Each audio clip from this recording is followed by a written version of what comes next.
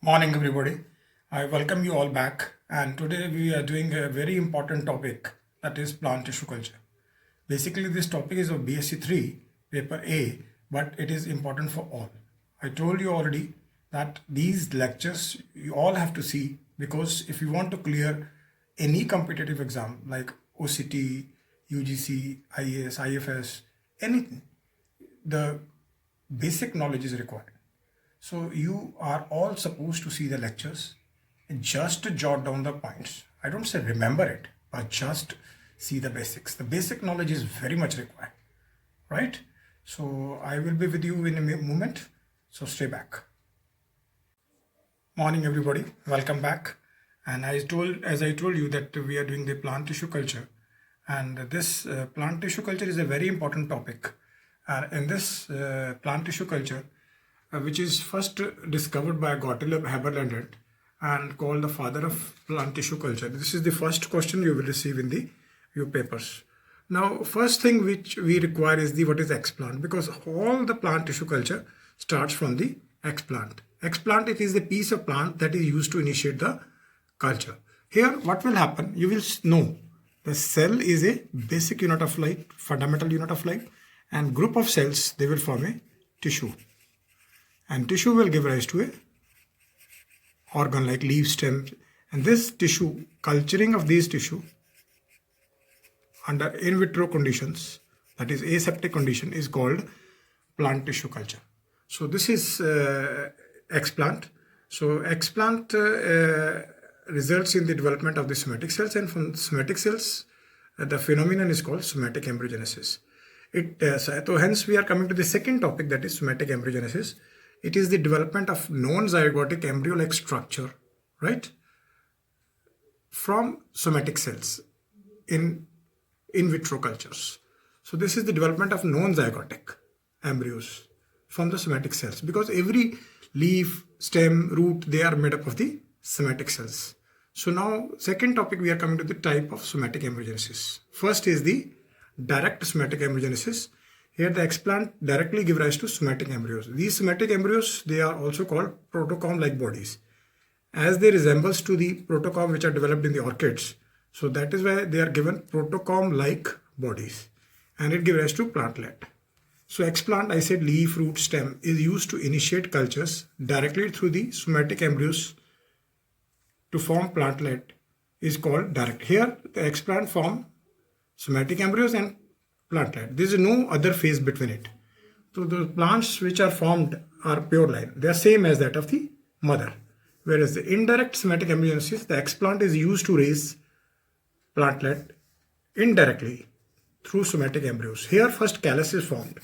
Now question arises, what is callus? Callus is the unorganized mass of cells. And callus is basically a middle phase and punctuated phase between the plantlet and the explant. And this callus formed in between and the callus generates somatic variations. Hence the plantlets which are developed here, they are not pure line. So explant, callus is in between, then somatic embryo, then plantlet. And this is called indirect somatic embryogenesis. The next topic we are deal with the cellular totipotency. Cellular totipotency is the ability of somatic cell to form complete plant. The concept of cellular totipotency is given in cell theory by Schleiden and Swan in 1838. And it is proved experimentally by the father of, father of the tissue culture, G. Haberlandt, but in 1902. See, what will happen in cellular totipotency when this carrot plant is taken, and from then the section is cut and phloem cells are taken, and these phloem cells, they are cultured in the liquid medium. Here it grows as a single or clump of cells, right? So this medium, a coconut milk is added, and then it once result in two, and then clumps are formed, and from there the embryos are formed, and ultimately the complete plantlet, and this plantlet on acclimatization will form the plant, and this whole process is called totipotency. This totipotency has two phases. One is differentiation and second is the redifferentiation, right? It means de-differentiation and redifferentiation, right? So these are the two concepts of cellular potency, and you see here This is the plant. From here the section is cut and phloem cells are taken. They are taken in the liquid culture medium, and then the free cells will form, clumps will form, and ultimately result in embryoid and then the plantlet, right? So this involves the two processes I told you, redifferentiation and dedifferentiation, right? So redifferentiation from the immature to mature, and dedifferentiation from mature to immature, right? So now we are coming to the next part of it, is that is the nutrient medium. The most common nutrient medium is the Murashige and Skook 1962, also called MS. And these are divided into first macronutrients, and macronutrients are potassium nitrate 1900, ammonium nitrate 1650, calcium chloride dihydrate 440, magnesium sulfate 7H2O 370, and potassium dihydrogen orthophosphate 170. So to remember this, I will write like this: 170 first plus 370, it is 540, but we will take one less, 440. Then ammonium nitrate 1650 and potassium nitrate 1900. This is the way we can remember. And the second are the micronutrients, and micronutrients we can do from downwards also. So here first we do copper sulfate 0.025, then cobalt chloride, again same. When we remove 1 0, it become disodium molybdate 0.25, and then boric acid, this is 6.2. First we will do zinc sulfate 8.6, and then reverse it, 6 here and 8 here. But when you reverse it, so your brain will autocorrect and you will cut the 8 and 2 to 6.2. Besides there are two iron, that is ferrous sulfate 27.84 and sodium EDTA 37.24. And vitamins are very easy to remember: thiamine HCl 1 milligram, nicotinic 0.5, pyridoxine 0.5, glycine 2, and then there is the sucrose. This question will come, which is the carbon source in medium, sucrose. 2 to 4% is added, and agar 9% is added to solidify the medium, right? So now we are coming to the next topic, that is that question comes: explain the technique to raise the virus-free plants, and this is called meristem culture. Meristems occurs in the region of the apical or axillary bud. If this is plant, it's top, this apical portion, and if here is axillary bud, so these are the two source. So but to raise the virus-free, we take this one, apical meristem. So meristem culture is used in obtaining virus-free clones like potato, sugarcane, apple, banana. Banana is the first crop which we started, sweet potato and orchids, right? In meristem culture, what we will do, we will take a meristem. Meristem is 0.5 to 1 mm, and 3-step sterilization will occur. First is 0.5% of sodium hydrochloride 15 minutes, ethanol 70% for 3 seconds. Then streptomycin again 1% for 15 minutes, and they are washed thrice, and then they are inoculated on the medium. I told you MS medium, right? This is apical meristem, and it first divided into the somatic embryos and this plantlet. This is called direct somatic embryos. I already explained you. In the other pathway, it moves to the callus, which is unorganized mass of cells, and it will form the callus to the somatic embryos or PLBs and plantlet. This is called indirect somatic embryogenesis. And then the virus-free plantlets are raised. But here I want to tell you that as a tissue culturist, you are supposed not to take use of callus phase, because callus phase cause somoclonal variations, and these somoclonal variations does not result in the pure line, and this is the defeat of a tissue culturist. So tissue culturist every time prefer this one, because callus, to get the callus, it is very easy. If you add 2,4-dichlorophenoxyacetic acid, this question also come, then callus will definitely come, no issue with that, because it will break the spindle and callus will be formed, right? So now we are moving to the next topic, that is the very important synthetic and artificial seeds. This I also talk in importance in applications of the tissue culture, where these seeds are helpful in easy transport, right? And besides easy transport, they're cost effective. They raise pure line plants. Suppose you want to go to transport some plants to Delhi, 10,000, you have to take the truck. Whereas in this, you have 10,000 seed beets, synthetic seeds, that you can carry in just one bag. So these are called synthetic seeds. They are living seed-like creatures or structures which are encapsulated in artificial covering. They are like seeds like encapsulated. This is PLB, and outside is the MS medium, and outside is the calcium alginate covering. So this is tetrategmen, and this is endosperm, and this is the embryo. So that is why they are called artificial seeds, because they look like a seed. The covering is jelly media, just sodium alginate, right? So what will happen in it? I will show you first this one. You will see.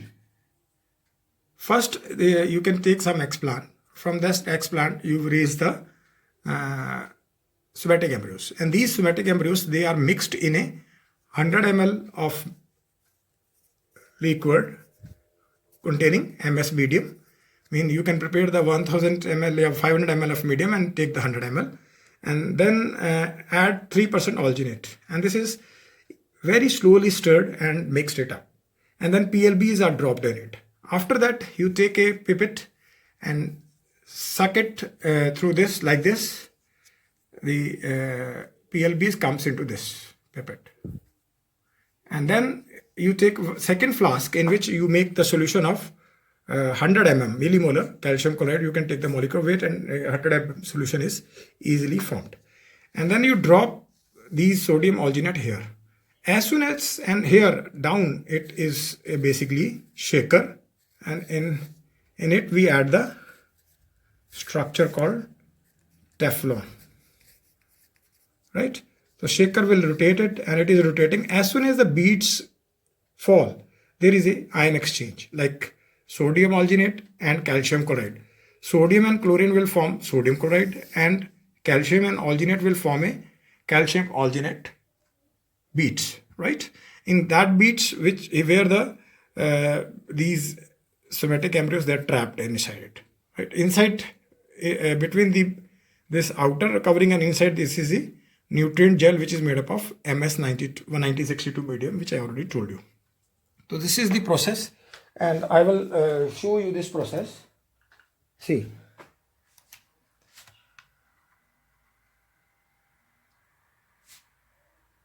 See, here I told you medium I have taken, and from there somatic embryos, and they are basically dipped in the sodium alginate. From sodium alginate, they are basically sucked by the pipette, and pipette used to drop that into calcium chloride solution. As soon as it drops, it results in the formation of beads. And these beads are directly implanted on the, I said, taken to Delhi and implanted on the medium. New plantlets are formed, or they can directly give to the soil also. And they start behaving as a normal seed, and they give rise to a complete plant. So these are the excellent extension of somatic embryogenesis. If you paper come and there is a question comes, the extension of somatic embryogenesis, and this is synthetic seeds. This basically question comes in highest level, and extension of somatic embryogenesis, that is synthetic, or it can also come in form of artificial seeds, right? So now we are coming to the next part, that is anther or haploid culture. This is first performed by Guha and Maheshwari. Basically, Guha and Maheshwari is called the father of anther culture. In Datura and Oxia, did in 1964. The most appropriate stage is late uninucleate or early binucleate, when the chromosomes are in late uninucleate or early binucleate. As I told you, because a process is not in your syllabus, but I will tell you. So the main process is you have to go in the morning and take the bud, approximately 17 because first we do different bud cytology, and in which the early binucleate, late uninucleate to early binucleate stage comes, then we measure it. These are called external markers. So it comes in basically in 17 to 20 So here I take the bud of 70 of Nicotiana tabacum. And these buds, they are, as I told you, 3-step sterilization. That is 0.5% sodium hypochlorite, 1% streptomycin, and 70% ethanol. And these buds, floral bud, some books have written flower bud, not flower, is floral, is closed. And the anthers are taken, and anthers, they are inoculated on the medium, that is MS medium. And these anthers, they underwent two processes. Firstly, they form the somatic embryos and plantlet, and this is called direct androgenesis. And in the second process, they will form a callus, and callus to somatic embryos, and then plantlet. This is called indirect androgenesis. But I already told you, as a tissue culturist, you have to prefer this process, because in second process there is a chances of somoclonal variations, which are not good for the tissue culturist, right? And then we get acclimatization, and haploid plants are raised. And these haploid plants, they have a very significance in the our field, because when we start to make genome map, so diploid genes, they express, but these dominant genes, they in diploid, so recessive genes, they don't express, right? So in haploid plants, the genes, whether dominant or recessive, it has to express. So for making the genome maps, it is haploid plants which plays an important plant, which tell us the expression of the even the recessive genes, right? So now we are coming to the next part, that is the soma-communal, that is somatic hybridization or parasexual hybridization. And there the parent A with protoplast and parent B protoplast, they are taken, and they are fused by means of a polyethylene glycol. This is a very important fusion agent, because it is not in our syllabus. So, but I tell you, there are different fusogenic agents, and PEG is the best because it is less phytotoxic, good conversion frequency, and it has wide variations. A lot of crops with different families, they have ability, PEGs have ability to get it fused. So PEGs, because when fusion occurs, there is two types. One is the simultaneously, and second is the induced, and this comes in the induced fusion. And here the cell fusion will occur, and then there is a nuclear fusion, and we get the somatic hybrid. Here I want to tell you, there are three types of somatic hybrid. First is the symmetric, where complete fusion occur. Asymmetric, here cytoplasm complete is occur, but nucleus one is partially inactivated.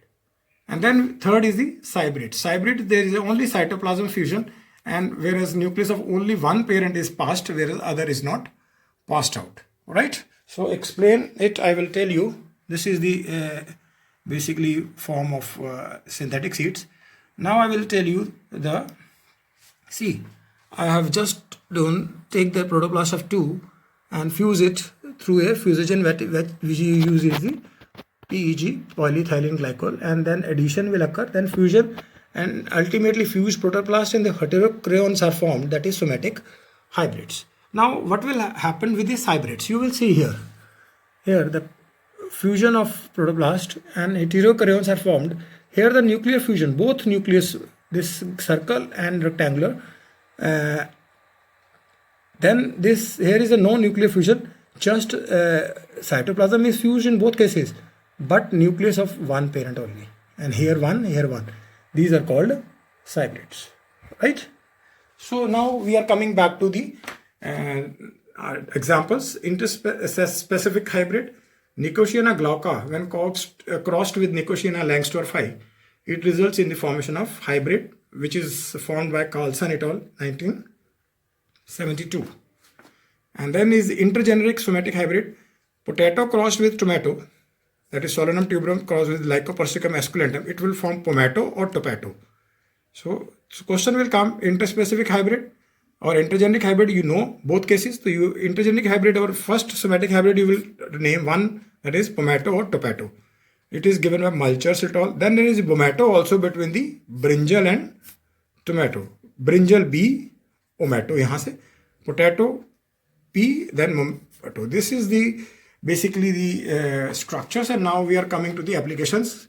Rapid clonal propagation, because tissue culture we can get rapid clonal propagation like that. Suppose if we have one PLB, we crossed it into 4 sections. If 1 give rise to 10, then 10 and 4 give rise to 40. We again cross 40 here, and every time 1, so 1 give rise to 10, the 40 will give rise to 400, and this time after 6 generations we have lakhs of plants. This is the called rapid clonal propagation. Then virus-free plants, I already told you, through the meristem culture, we can get the virus-free plants. So these technique is called meristem culture. Then embryo rescue. Embryo rescue is the rescue when the embryos which are non-endospermic, it is very easy like orchids to rescue those embryos and immature embryos and grows on the medium, and they grow same. If we replace explant here with embryo, immature embryo, the all process is same. But explant leaf, in place of leaf we use immature embryos. That is called embryo rescue. So synthetic seeds, easy to transport, cost effective, purulent plants are raised. Then cytological studies. I already told you whether dominant or recessive the genes has to express.